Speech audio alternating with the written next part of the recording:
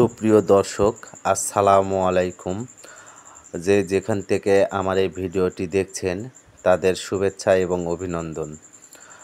আজকে আপনাদের দেখাবো কি পরিমাণ জায়গা নিলে প্যান, কমোড এবং গোসলের জন্য অনায়াসে জায়গা পান।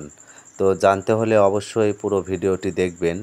আর আপনি যদি আমার চ্যানেলে নতুন হয়ে থাকেন, সাবস্ক্রাইব করে রাখবেন আমার পরবর্তী ভিডিওটি আপনি যেন দেখতে পান। তো আসুন এবার কি পরিমাণ জায়গা নিলে আপনি প্যান, কমোড এবং গোসলের জন্য সুবিধা পান। তো সর্বপ্রথম কথা যেটা, সর্বপ্রথমে আপনি বাথরুমের লম্বালম্বি নেবেন উত্তর দক্ষিণ, আর মাপে নেবেন সর্বনিম্ন 5 feet by 7 feet, 5 feet by 8 feet, 5 feet by 9 feet, আপনার যে পরিমাণ জায়গা।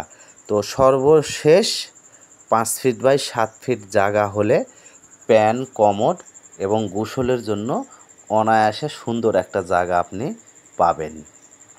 আর 5 ফিটের জায়গায় যদি আপনার 2 ইঞ্চি, 3 ইঞ্চি, 4 ইঞ্চি বা 4.5 ফিট হয়, তারপরেও আপনি অনায়াসে প্যান, কমোড আপনি ব্যবহার করতে পারবেন। আর সর্বনিম্ন লম্বালম্বি করবেন আপনি 7 ফিট বাই 5 ফিট।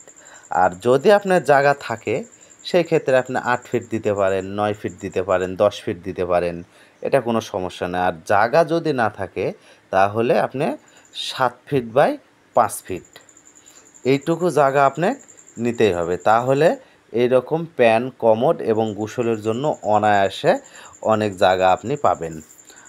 আর যদি আমার এই ভিডিওটি ভালো লেগে থাকে অবশ্যই লাইক, কমেন্ট, শেয়ার করবেন।